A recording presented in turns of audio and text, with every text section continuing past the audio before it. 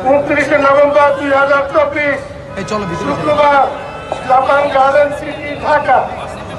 বিসমিল্লাহির রহমানির রহিম।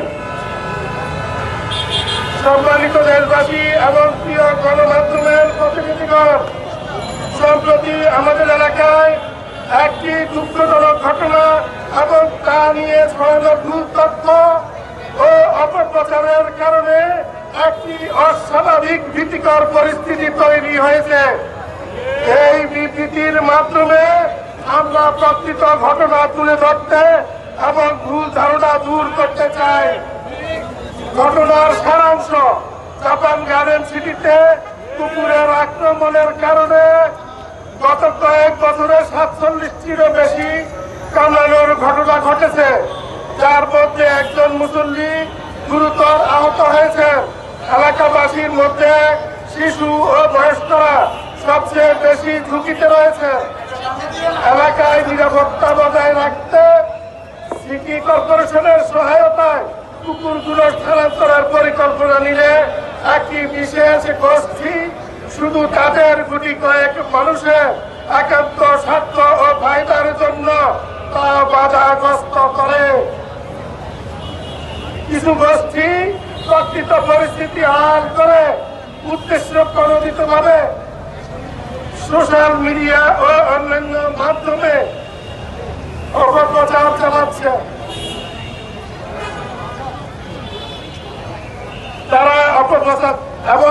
তারা অপপ্রচার চালিয়ে যাচ্ছে। কুকুর হত্যার মিথ্যা অভিযোগ তুলে এলাকাবাসীর ভাবমূর্তি নষ্ট করার চেষ্টা করছে।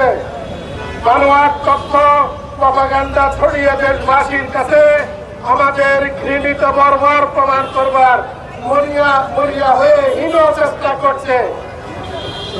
এলাকাবাসীর ছবি, নাম ও ফোন নাম্বার ফেসবুকে প্রকাশ করে উস্কানিমূলক পোস্ট করছে ও ক্রমাগত আক্রমণের হুমকি দিচ্ছে, উস্কানি দিয়েছে। বহিরাগতদের এনে হামলা ও উত্তেজনা সৃষ্টির চেষ্টা চালিয়েছে। আমরা স্পষ্টভাবে বলতে চাই, কুকুর নিধনের পক্ষে আমরা নই। আমরা কখনোই প্রাণী নিধন বা তাদের প্রতি নির্দয় আচরণের পক্ষপাতী নই। মানবিক সমাধানে বিশ্বাসী। কুকুরের টিকা বন্ধ করা এবং নিরাপদ স্থানে স্থানান্তরের মতো কার্যকর এবং বৈজ্ঞানিক পদ্ধতিতে সমস্যার সমাধান চাই।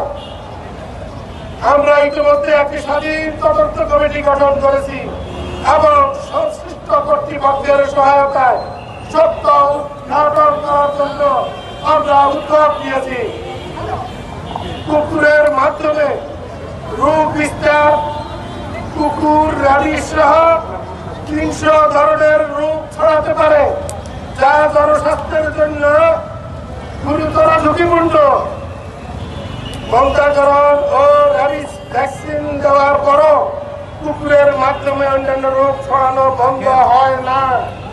কুকুরের আক্রমণ বা কামড়ানোর হিংস্র প্রবৃত্তি নির্দিষ্ট হয় না।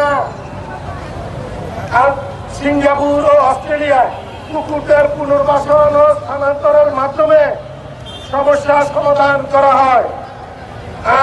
নেদারল্যান্ডস আইন প্রয়োগ এবং জনসচেতনতার মাধ্যমে নিরাপত্তা নিশ্চিত করার নিয়ম আছে। আমাদের আহ্বান, আমরা গণমাধ্যম এবং সচেতন নাগরিকদের প্রতি আহ্বান জানাই এবং সাংবাদিকদের প্রতি আহ্বান জানাই এবং সাধারণ জনগণকে আহ্বান জানাই।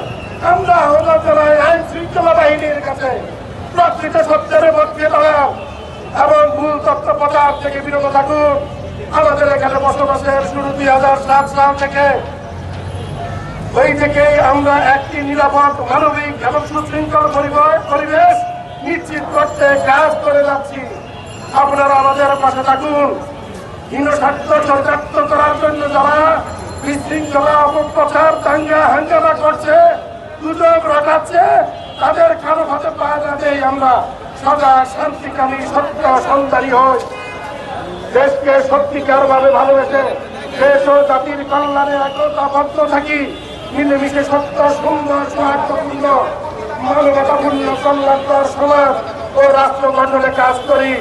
আমাদের লক্ষ্য কুকুরের প্রতি মানবিক আচরণ বজায় রাখা এবং এলাকাবাসীর সর্বাঙ্গীন নিরাপত্তা নিশ্চিত করার মাধ্যমে একটি ভারসাম্যপূর্ণ সুখী স্বাচ্ছন্দ্যময় পরিবেশ সৃষ্টি করা।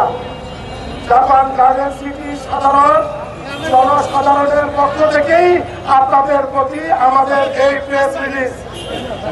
আপনাদের সকলকে অসংখ্য ধন্যবাদ।